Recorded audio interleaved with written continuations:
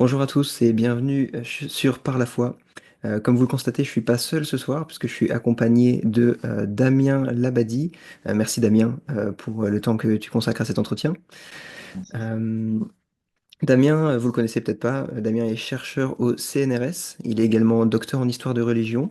Il a fait sa thèse sur les actes du proto-martyr Étienne, donc le premier martyr qu'on trouve dans les Actes des Apôtres. Et puis par ailleurs, il a étudié pas mal de langues anciennes, hein, le latin patristique, le grec biblique, l'arabe, l'hébreu, l'araméen, le syriaque, le guèze, le copte, l'arménien, le géorgien, etc., etc. J'avais parcouru le CV avant d'enregistrer avec toi, Damien, et puis j'ai vu que il était plus long que certains de mes articles, donc je ne vais pas pouvoir tout vous résumer. Mais par ailleurs, Damien a enseigné l'hébreu au Maroc, l'éthiopien classique à Paris, l'arabe à Rome également, et puis plus récemment la patristique à la faculté Jean Calvin d'Aix-en-Provence. Tu es également membre du comité de plusieurs revues académiques. Et puis la première fois que je t'ai rencontré, tu donnais une conférence sur le symbole de Nicée à la chapelle de Nesle à Paris, une paroisse réformée. Euh, Outre ce parcours professionnel intéressant, tu as aussi un parcours personnel dans la foi qui est intéressant puisque tu es passé du catholicisme à un moment donné de ta vie à la foi réformée. Alors, sur Par la foi, on aime bien parler de patristique, on en a parlé un bon nombre de fois. Et puis d'autre part, on parle aussi du catholicisme, on essaie d'interagir, de faire de l'apologétique aussi vis-à-vis du catholicisme. Alors à ce double titre, en raison de ton parcours professionnel qui est lié à la patristique et puis ton parcours personnel qui est lié au catholicisme, je trouvais intéressant d'avoir un échange avec toi. Euh, alors, je pensais procéder en deux temps. Un premier temps où tu pourrais nous parler un peu de ton parcours professionnel et comment tu en es venu à t'intéresser à la patristique. Et puis, dans un deuxième temps, ton parcours personnel. Donc, je te laisse la parole pour nous en dire un peu plus sur ton parcours professionnel. Merci Maxime pour cette invitation, cet entretien. Oui, alors je vais tâcher d'être assez bref, mais j'ai voilà, j'ai fait des études tout d'abord de linguistique à Bordeaux et ensuite voilà, j'ai fait une formation en français langue étrangère pour être enseignant de français à l'étranger.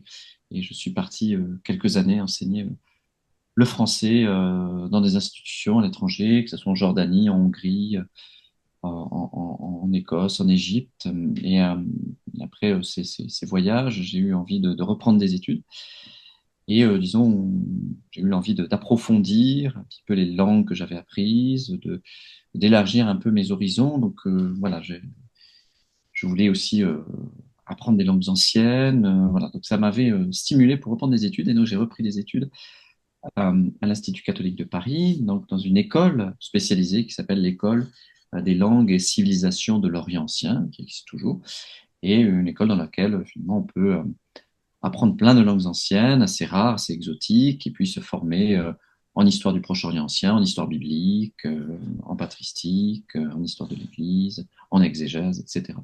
Et donc j'ai entrepris ces études à l'Institut catholique de Paris, voilà, en me spécialisant dans les langues bibliques, bon, hébreu, grec, latin, et aussi donc dans les langues de l'Orient chrétien, comme tu l'as dit, le syriaque, le copte, l'arménien. Voilà. Donc, une formation dite orientaliste, hein, un peu classique, mais qui est assez exigeante, mais qui vraiment répondait à toutes mes attentes et qui vraiment satisfaisait vraiment mon appétit d'apprendre. Et, euh, et c'est au cours de ces études-là que j'ai vraiment rencontré les pères de l'Église avec des cours de grec patristique, de la patristique, de lecture des pères de l'Église dans la langue originale. Donc, c'était vraiment très formateur. Et au terme donc, de ces études à Paris, j'ai fait une année aussi à Louvain-la-Neuve, l'Université catholique de Louvain-la-Neuve, toujours dans ces langues orientales.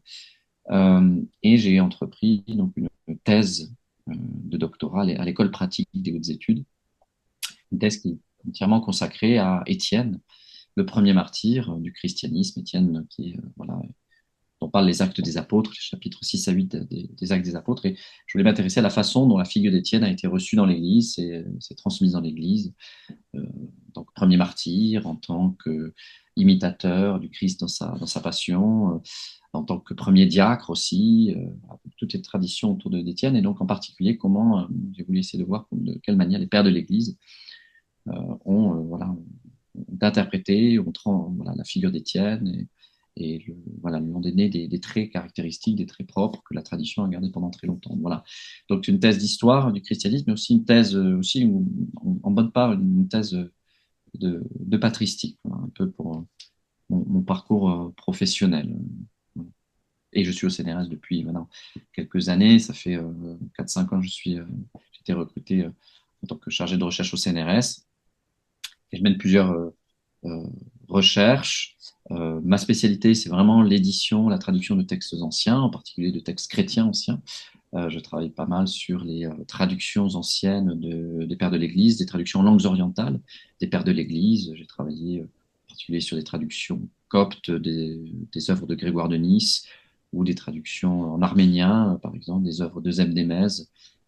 Souvent, c'est intéressant de connaître aussi ces langues un peu orientales, puisque souvent il arrive que le texte grec original soit perdu et que nous en ayons conservé une traduction en arménien, en géorgien, en arabe, en syriaque.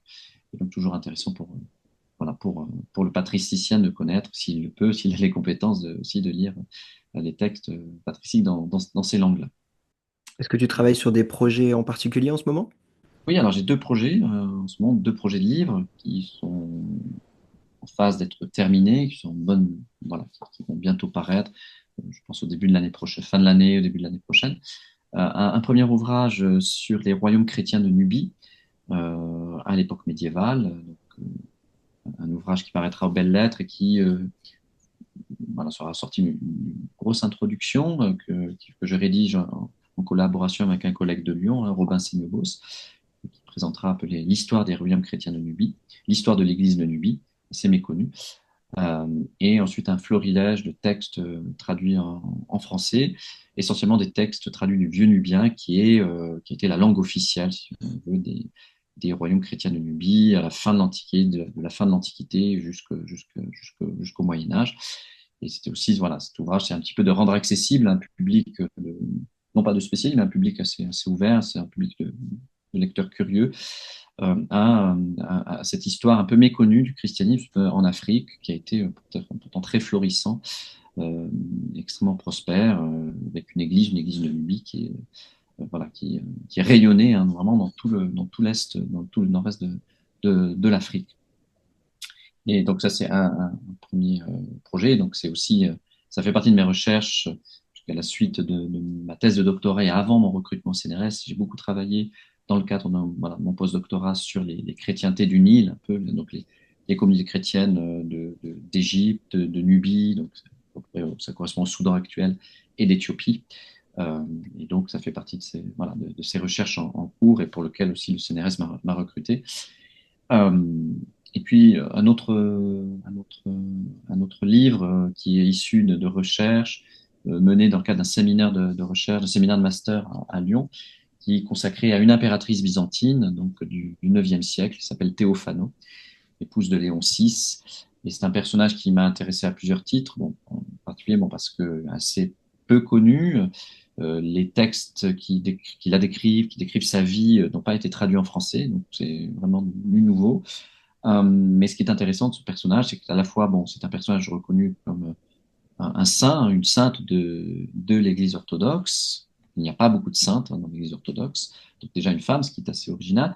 Et c'est une sainte laïque. Ce n'est pas une abbesse ni une moniale, c'est vraiment une aristocrate, femme d'empereur, épouse d'empereur, mais qui est considérée comme sainte dans l'Église orthodoxe. Et donc, ce qui est intéressant, ce qui m'intéresse dans ce personnage, c'est la double vie qu'elle a menée en quelque sorte, la vie de jour au palais où elle recevait les ambassades, recevait les grands du royaume, les grands de l'empire dans ses appartements.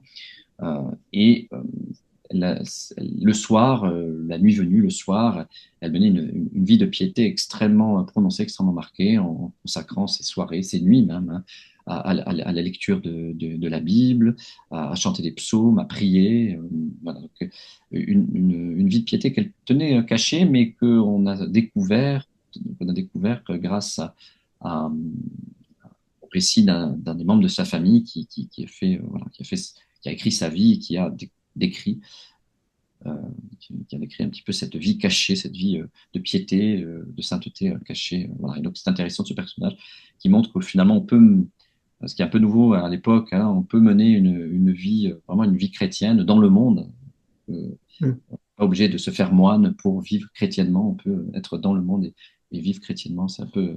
Et Théophano en est un exemple assez remarquable. Ce point de vue-là. Excellent. Et donc, c'est des livres qui paraîtront bientôt, c'est ça? Oui, bientôt fin de l'année, j'espère. Fin de l'année. Excellent. Voilà pour ton parcours professionnel.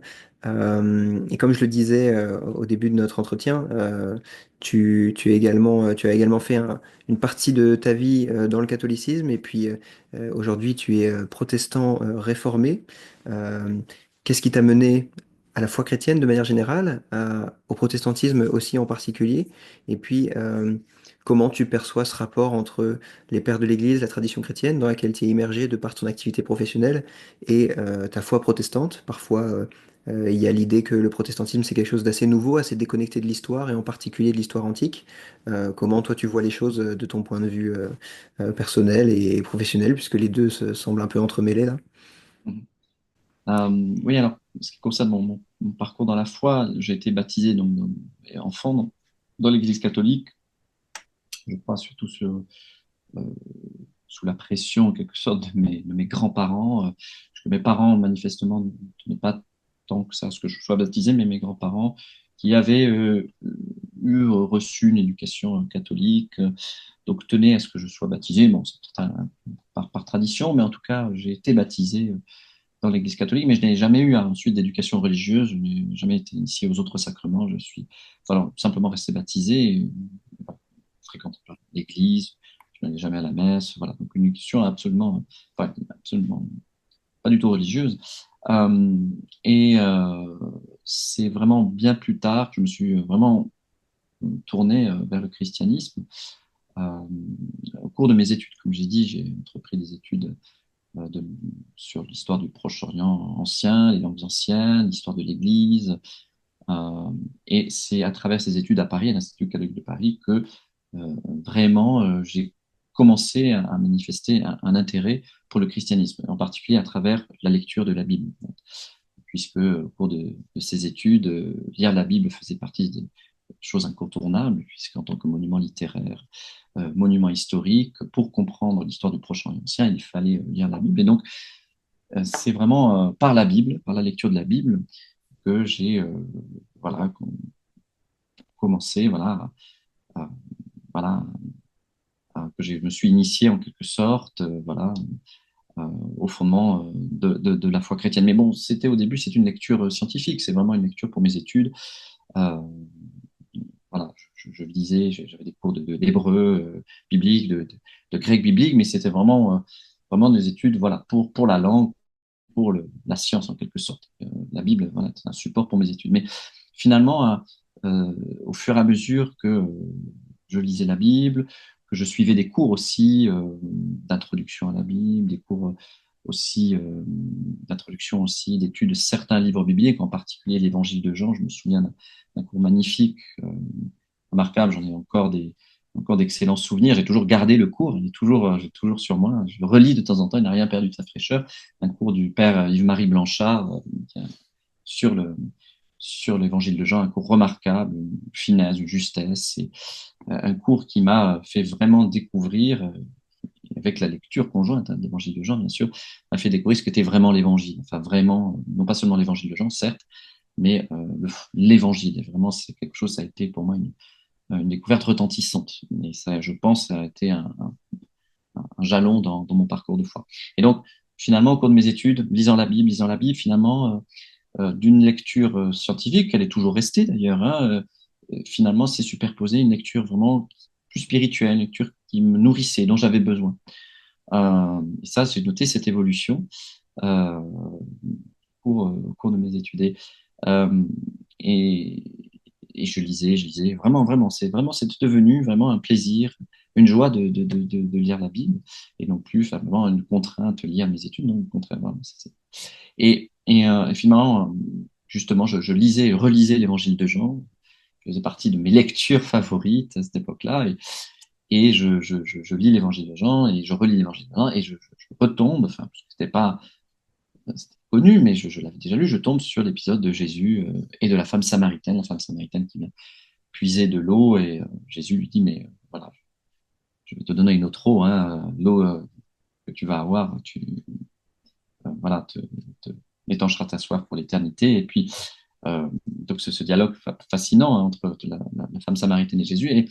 Et quand je relis ce passage à ce moment-là, un jour, c'était dans ma chambre de Bonn, dans le 16e arrondissement, petite chambre de 10 mètres carrés dans laquelle j'ai fait mes études, eh bien, il y a quelque chose qui s'est passé. J'ai vraiment une sensation assez particulière. Relu le passage, j'ai encore relu le passage, et à un moment, euh, je, je me suis senti dans la peau de la femme samaritaine, ce sentiment-là, et j'ai voulu utiliser les mots mettre dans ma bouche. J'ai mis dans ma bouche les mots de la femme samaritaine. J'ai dit, Jésus, donne-moi de cette eau. Et je l'ai dit, en fait, en lisant ce passage, Jésus, donne-moi de cette eau, Jésus, donne-moi de cette eau. Et à ce moment-là, j'ai ressenti comme une sorte voilà, de paix incroyable, voilà, de sorte je me sentais irrigué finalement de sorte de cette eau dans toutes mes veines. Je sentais vraiment inondé de paix, en fait. C'est vraiment cette sensation que j'ai eue. Et c'est pour moi, ça a été, ça m'a désarmé complètement, ça m'a mis par terre, en fait. Ça, c'était quelque chose, une expérience très particulière. Et c'est de là que je date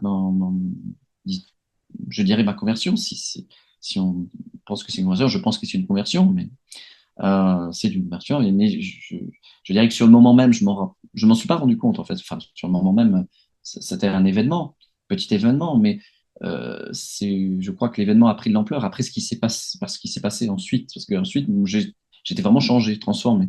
Donc, je pense que voyant a posteriori, je pense vraiment que c'était une conversion, quelque chose qui s'est passé en mon cœur, que vraiment Dieu a agi à ce moment-là. Et justement, après ça, je me sentais vraiment débordant de joie, d'amour pour Jésus-Christ. Et vraiment, je voulais le servir. Je ne voulais pas rester là à rien faire, les bras ballants, continuer à lire la Bible dans mon coin. Non, certes, c'est bien, mais j'avais envie de faire autre chose, vraiment de le servir d'une manière ou d'une autre. Et ce qui était familier pour moi, c'était l'Église catholique, où aller servir le Seigneur, le chanter, l'honorer, si ce n'est que dans l'église à côté, dans le quartier. Donc, c'est ce que j'ai fait. Donc, je suis allé à l'église et puis c'est comme ça que finalement, baptisé très enfant dans l'église catholique, je retournais étant étudiant à l'église catholique, étant assez zélé, mais vraiment par joie, vraiment avec beaucoup d'entrain. Et c'est ainsi, les choses ont un petit peu changé quand j'ai rencontré celle qui allait devenir mon épouse, euh, qui elle-même vient du catholicisme et ensuite s'est convertie au protestantisme, mais on s'est rencontrés à la bibliothèque de l'Institut catholique de Paris, justement, la bibliothèque écuménique spécialisée en études bibliques, pour ceux qui connaissent un peu, qui est une remarquable bibliothèque très riche, dont le fond est très riche hein, pour les études bibliques, pour l'histoire de l'Église, pour le christianisme ancien, etc. Et finalement, on s'est rencontrés à la bibliothèque puisqu'on avait besoin des mêmes livres, en fait, d'emprunter les mêmes livres, on se partageait les mêmes livres. Euh, donc à l'époque, C'est une concurrence qui a bien fini, quoi. ah oui, oui, c'est une concurrence ça a très bien fini.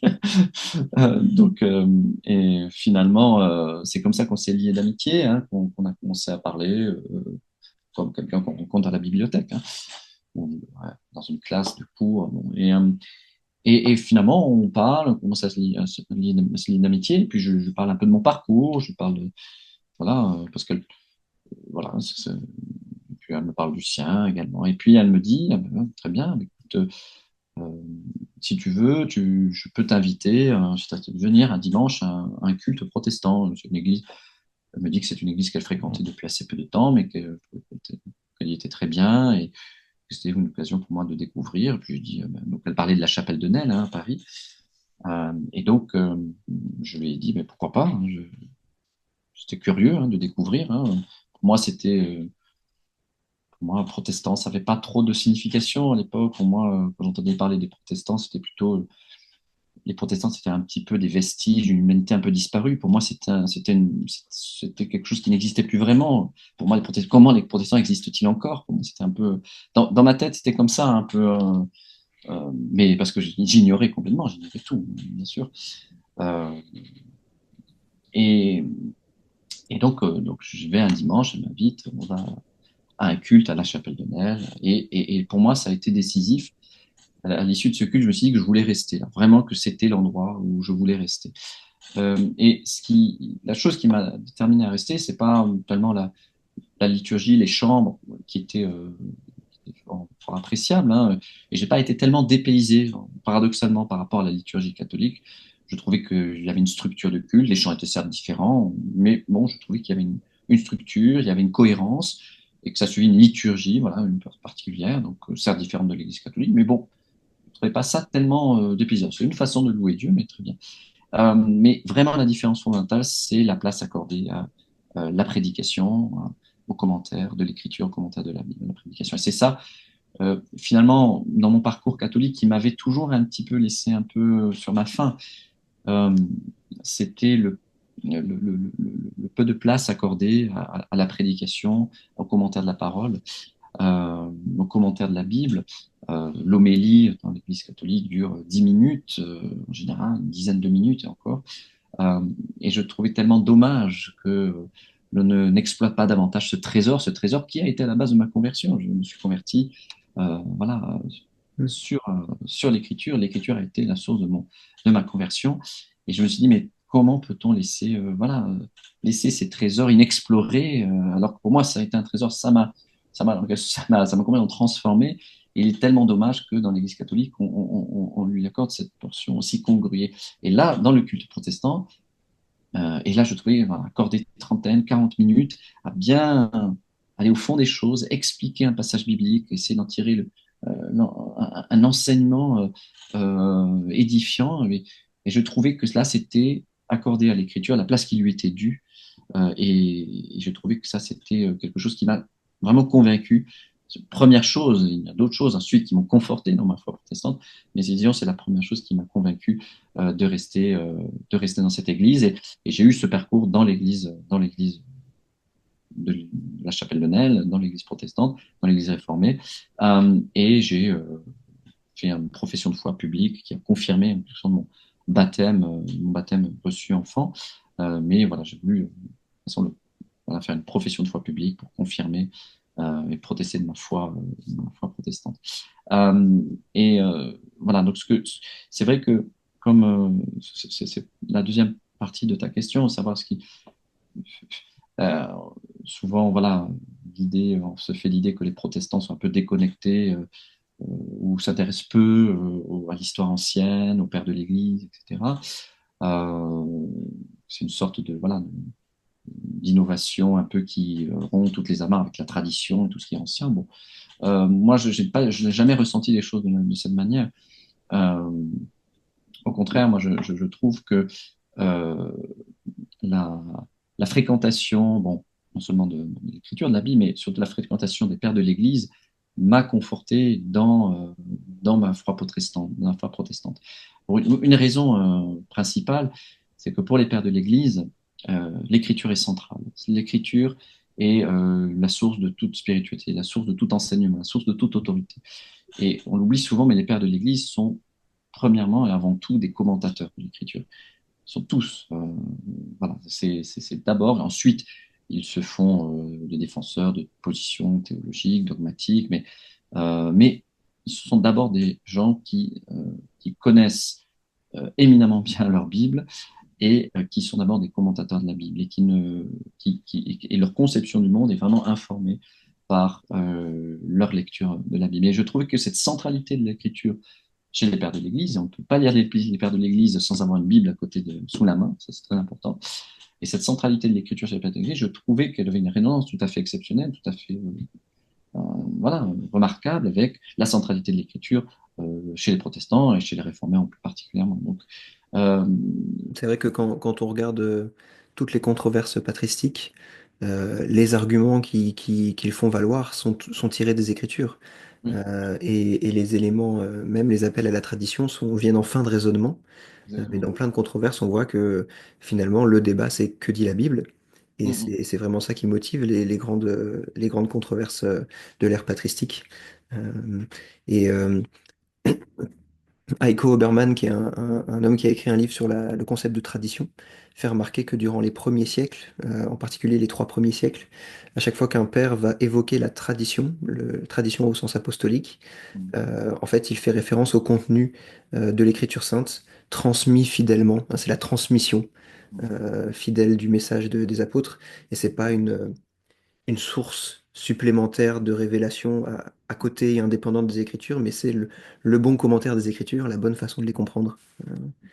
Est-ce qu'il y a est-ce qu'il y a des pères de l'Église en particulier qui te sont chers?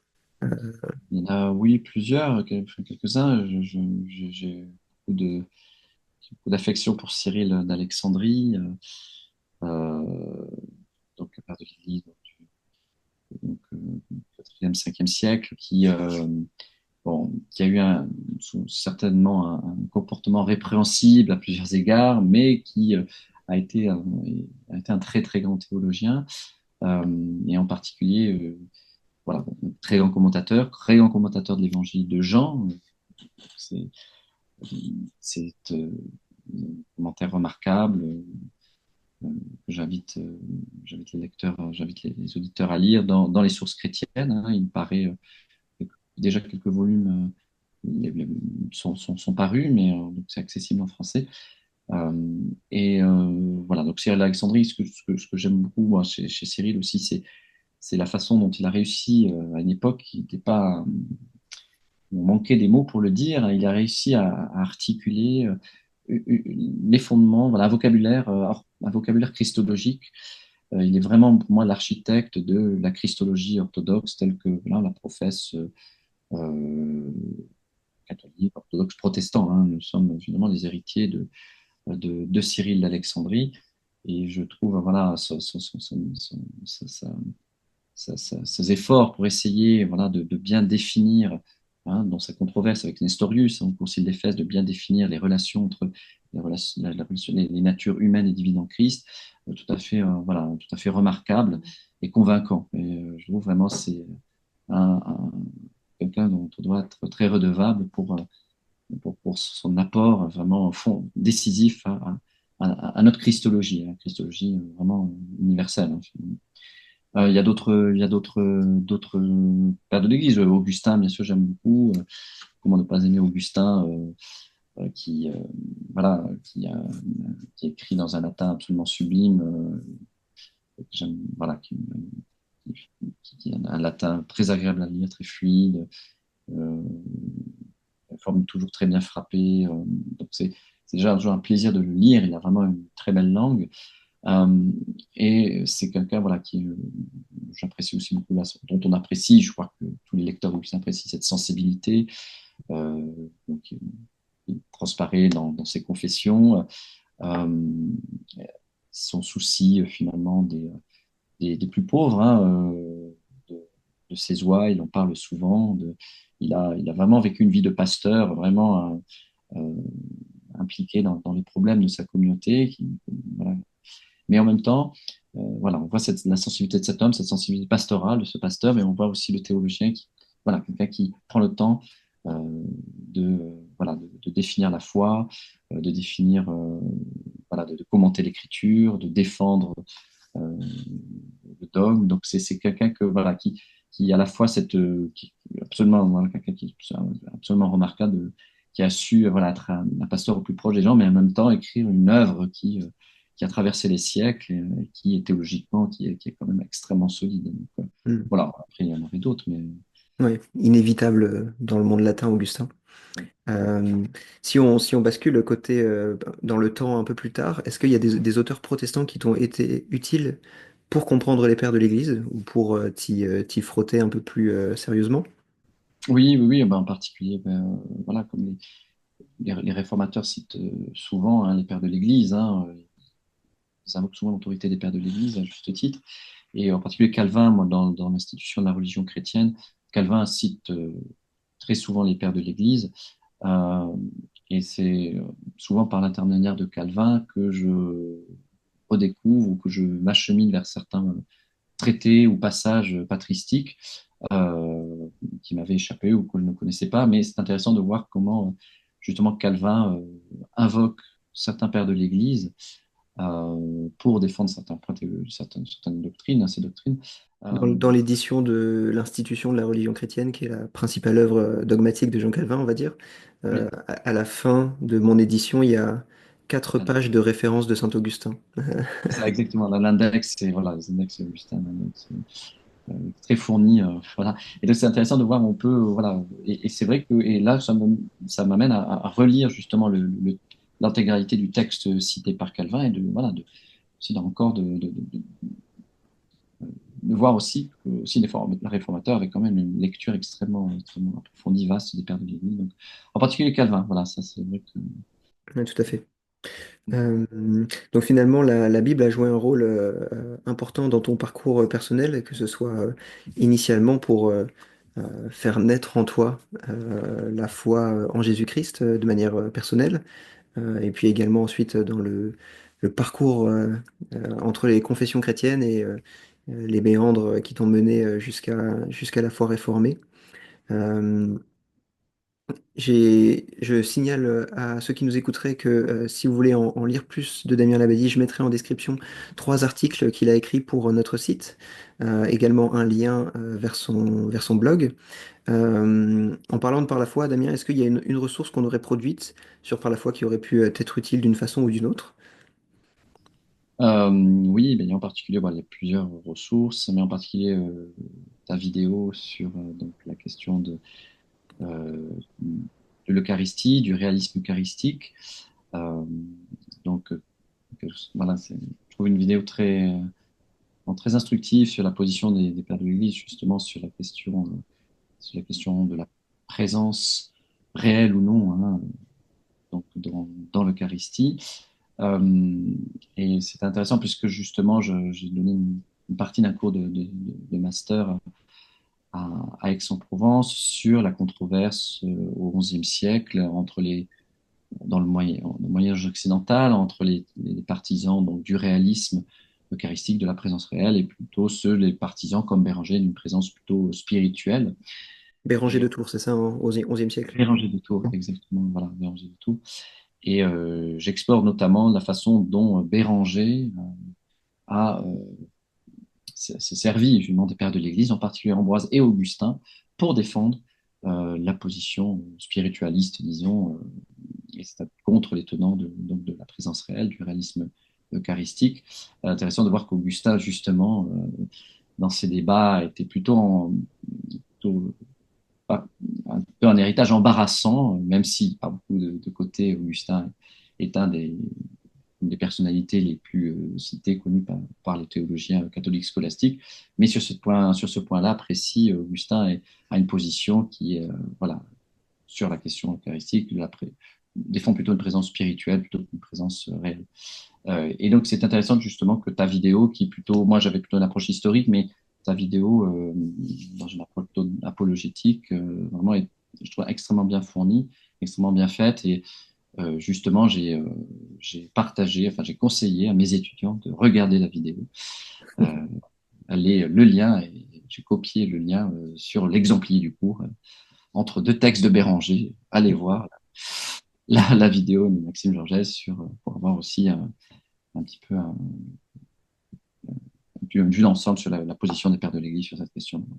Oui, il me semble effectivement que Augustin est assez clair sur le sujet, et puis il a été réinvoqué à l'époque de la Réforme. Ouais, Je connais moins la controverse du XIe siècle, ça serait intéressant pour moi de lire sur ce sujet. Mais effectivement, pour Augustin, c'est un des pères les plus clairs à mon avis oui, dans ce sens-là. Euh, merci beaucoup pour ton temps, merci pour cet entretien. Très intéressant ce parcours. On se tient au courant pour la publication de tes livres. Même si c'est des sujets très spécifiques, ça reste intéressant d'avoir ce genre de production en français. On est malgré tout chanceux, hein. Il y a beaucoup de choses en anglais, mais en français, c'est vrai qu'il y a des belles choses qui paraissent en patristique. Si vous ne connaissez rien du tout au Père de l'Église, ou du moins que vous avez que quelques notions très vagues, que vous voudriez avoir des notions un tout petit peu moins vagues, j'ai fait quelques vidéos sur ce sujet d'introduction. à la patristique, je les ai gardées volontairement très courtes, à chaque fois 5 minutes, quelque chose comme ça. Donc on parcourt les différentes crises que les pères de l'Église ont traversées, et puis on donne des repères, déjà qu'est-ce que c'est un père de l'Église, de quel siècle à quel siècle on parle, grosso modo. Voilà, donc je mettrai ça également en description. Du coup, je mettrai également la vidéo sur l'Eucharistie en description, comme ça vous avez plusieurs ressources pour approfondir ce dont on a parlé avec Damien. Merci encore une fois, Damien, et Merci. à bientôt, je l'espère, pour une conférence à la Chapelle de Nesle ou ailleurs. Et à bientôt à ceux qui nous regardent pour un autre épisode, un autre entretien ou une autre vidéo sur Par la foi.